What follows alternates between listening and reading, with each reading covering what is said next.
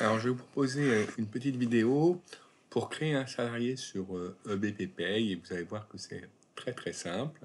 Donc en fait, ici vous allez dans l'onglet salarié, salarié. Alors vous mettez bon, les salariés présents, peu importe. Moi j'en ai déjà parce que c'est ceux que j'ai créés pour le TP sur lequel vous allez travailler. Mais si je décide d'en créer un nouveau, eh bien je vais dans le petit bouton ici, ajouter. Et j'ajoute mon salarié. Alors, quand je vais ajouter ce salarié, alors vous avez vu là, ça prend un petit peu de temps.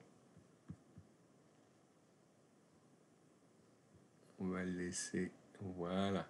Ça a pris un peu de temps, donc hop, il a disparu. Il est donc ici. Voilà. Donc là, vous mettez, voilà, monsieur, madame, hein, peu importe. Là, je vais appeler monsieur Test. Avec le prénom, on s'en fiche aussi, hein. On va mettre le test aussi. Voilà. Vous lui indiquez un numéro de sécu si vous le connaissez, hein. Donc là, je vais en mettre un au hasard. Mais bon, voilà. C'est vrai que c'est important quand même qu'ils aient un numéro de sécu en général, puisque c'est va permettre quand même un peu de les identifier. Ce qui est important surtout, hein, c'est ce qui est en jaune de toute façon. Donc vous voyez, le numéro de sécurité n'est pas vraiment utile. Par contre, ici, vous allez indiquer tout de suite son profil. Alors son profil, c'est quoi? C'est à quoi il va être attaché après par rapport à son statut. Est-ce que c'est un cadre? Est-ce que c'est un employé? Est-ce que c'est un apprenti? Un CDD, etc. Donc ici, vous avez énormément de profils qui vous sont proposés. Alors, nous, on va raisonner sur quelque chose d'assez simple. On va considérer que c'est un employé, donc c'est un non-cadre. Donc on va chercher, c'est par ordre alphabétique. Donc on va aller vers N, non-cadre. Voilà, donc c'est un non-cadre. Et dans les non-cadres ici, on va considérer qu'il est payé mensuellement la même chose tous les mois. Donc on va prendre un non-cadre, surtout pas CDD, hein, mais un non-cadre classique, donc un non-cadre CDI. Et il ne sera pas payé au forfait jour, mais il sera payé en fonction du nombre d'heures. Et donc c'est un non-cadre, non pas qu'il sera payé à l'heure, sinon on aurait fait CDI horaire, hein, CDI pour contrat à durée déterminée, et horaire parce que si on payait à l'heure, mais s'il est mensualisé tous les mois, eh bien on va prendre le contrat classique, hein, d'un non-cadre CDI. Voilà. Vous voyez, je me suis un peu trompé en le tapant, je vais reprendre, c'est celui du non-cadre CDI.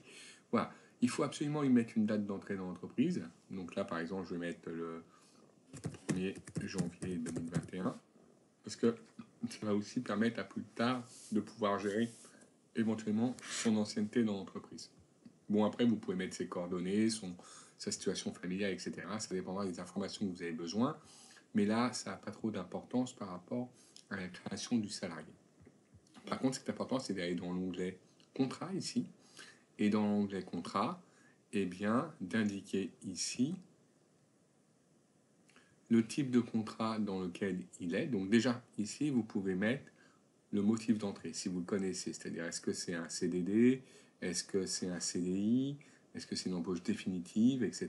Bon, vous avez plein de types d'entrées possibles, hein. Voilà, vous verrez ce que vous avez dans les sujets par rapport à ça. Après, vous pouvez indiquer ici, je vais mettre n'importe quoi, embauche, hein, par exemple. Voilà. Ici, si je clique sur afficher plus, ça va vous permettre de déterminer ici la nature de l'emploi. Parce que pour l'instant, on a mis que c'était un non-cadre, c'est son profil, mais on n'a pas mis quel emploi il occupait. Si vous le mettez, ici, c'est dans nature de l'emploi. Donc, vous prenez soit les emplois qui sont proposés, mais si les emplois qui vous sont proposés ne conviennent pas, eh bien ici, vous pouvez faire ajouter pour ajouter un nouveau type d'emploi qui correspondra à ce que fait votre salarié. Par exemple, si votre salarié il est comptable, et bien ici, vous indiquez comptable. Et l'avantage, c'est que bon, vous faites enregistrer fermé. Maintenant, dans votre liste déroulante, eh bien, vous avez le comptable qui apparaît aussi. Voilà. Vous vérifiez bien que la date d'entrée correspond à la date d'entrée dans l'entreprise. Alors, le type de contrat, là encore une fois, vous devez déterminer si c'est un contrat à durée déterminée, indéterminée. Bon, on a mis non-cadre CDI là-haut. Donc, on considère que c'est un contrat de travail à durée indéterminée. Voilà, là à peu près, c'est la seule chose qui nous intéresse, en tout cas dans les choses très importantes qu'il faut renseigner, on a mis l'essentiel. Après, vous allez dans les éléments de paye, donc c'est le troisième onglet ici, c'est au niveau de la paye. Et au niveau de la paye ici, eh bien, vous allez indiquer, alors comme il est mensualisé, eh bien ici on va mettre directement son salaire mensuel. C'est-à-dire que ici on va indiquer le salaire mensuel, imaginez que ce soit 2000 euros, vous indiquez 2000 euros ici. Voilà, il y a juste ça à faire. Le salaire horaire se calculera automatiquement sur la base de 151,67 h par mois, et c'est pas la peine de le renseigner. Ça aurait été utile si le salarié avait été payé à l'heure. Dans ces cas-là, on n'aurait pas indiqué ici de salaire mensuel, mais directement un salaire horaire ici, et on n'aurait pas indiqué non plus un nombre d'heures mensuelles, puisque ça peut changer tous les mois, et dans ces cas-là, on aurait directement indiqué dans le bulletin de paye. Donc là, ce qui est surtout important, c'est le salaire mensuel. On vérifie, bon, on a à peu près les éléments les plus importants. Ici, on aurait pu mettre, bon, voilà, le salarié était mensualisé, oui, mais si vous ne mettez pas par défaut, ça sera ce qui sera proposé, hein, c'est pas la peine de le mettre. Et puis, sinon, le reste, c'est des choses vraiment très spécifiques. Est-ce que derrière, il y a, est-ce que c'est un mandataire social? Est-ce qu'il cotise sur des bases forfaitaires ou pas au niveau des charges sociales?